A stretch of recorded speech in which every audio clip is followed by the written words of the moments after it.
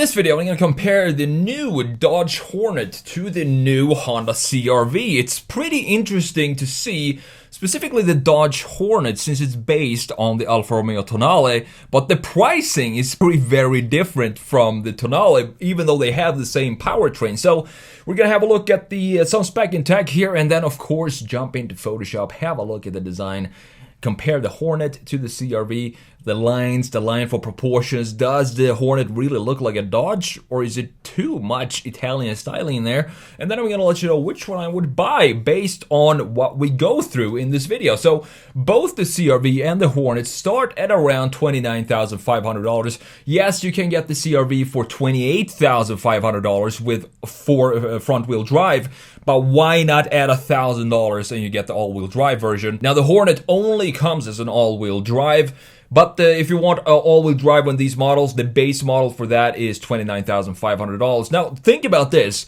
The Dodge Hornet is essentially an Alfa Romeo Tonale, and the Tonale starts at $42,995. So if you want to drive an Italian SUV, or if you want to drive an Alfa Romeo, you might as well save $10,000 and go buy yourself a Dodge Hornet. So talking about the engines here, the Hornet is powered by a 2-liter inline-4. The CR-V is powered by a 1.5-liter turbo inline-4. And now horsepower is a pretty big jump from the Hornet to the CR-V. The Hornet comes with a 268 horsepower in the 2-liter engine, and the CR-V has 190 horsepower. Torque 295 for the Hornet, 179 pound-feet of torque for the CR-V. Now the transmission is a big deal here as well. So you get less power in the CR-V, and you also have a CVT gearbox. I've never driven a car that has with a CVT gearbox that feels fun to drive. It feels weird. It feels like it's revving and never really changes gears. I guess that's what it is. It's a continuously variable automatic, while the Hornet has a 9-speed automatic. You also have, of course, all-wheel drive or front-wheel drive in the CR-V, but all-wheel drive only in the Hornet. So far so good, I would say, for the Dodge Hornet. However, when we look at this design here, as we know, this is clearly based on the Alfa Romeo Tonale. There's no denying that. It doesn't look bad. It doesn't look bad at all. It looks decent, but the front end, without the Alfa Romeo shield in the front end right here, it just doesn't really work, because this feels like it's pointing outwards or leaning forward. It's almost like it has overbite, and it feels like it's about to fall over in the front end. And we need a big graphic in the front to kind of balance that out, that we have in the Alfa Romeo Tonale, but we don't have it in the Dodge. So the front end feels a little off balance in my opinion, but it is still a rather clean design with the intake in the bottom here, pretty much Dodge-like, and you also have this intake separated from the grille, which is reminiscent of a lot of other Dodge models as well. And you have some nice daytime running lights. So I'm not sure if this is actually a good identifier for this car, but it's pretty strong. It has some dynamic feeling to it, because it's thicker here and then goes into a thinner piece at the top piece. Not a bad design, but still, it's not nowhere near as good as the Alfa Romeo Tonale, in my opinion. Let me know what you think in the comments below.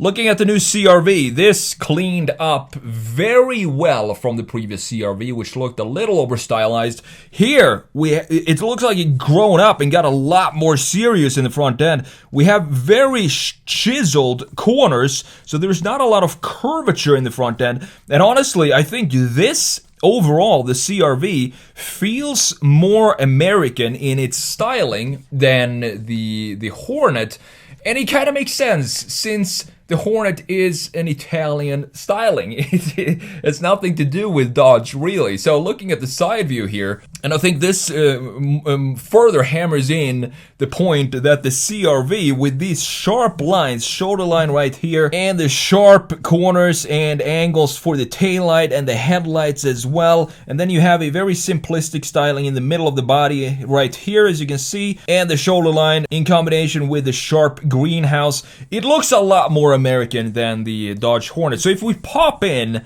look at this. If we pop in the Alfa Romeo Tonale, you can see just how similar these two cars are.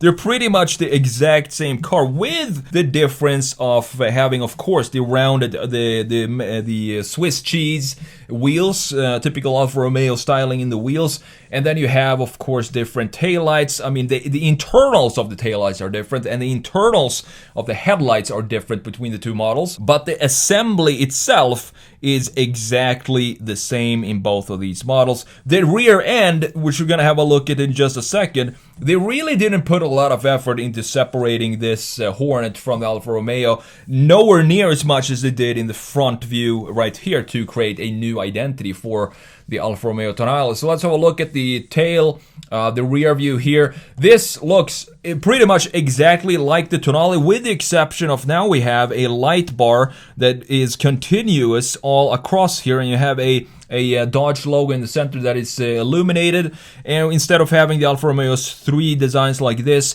we now have one single light bar, but everything else is exactly the same as the Tonale, which is not a bad thing. However, what it does is creates a Dodge that has nothing to do with the rest of the lineup.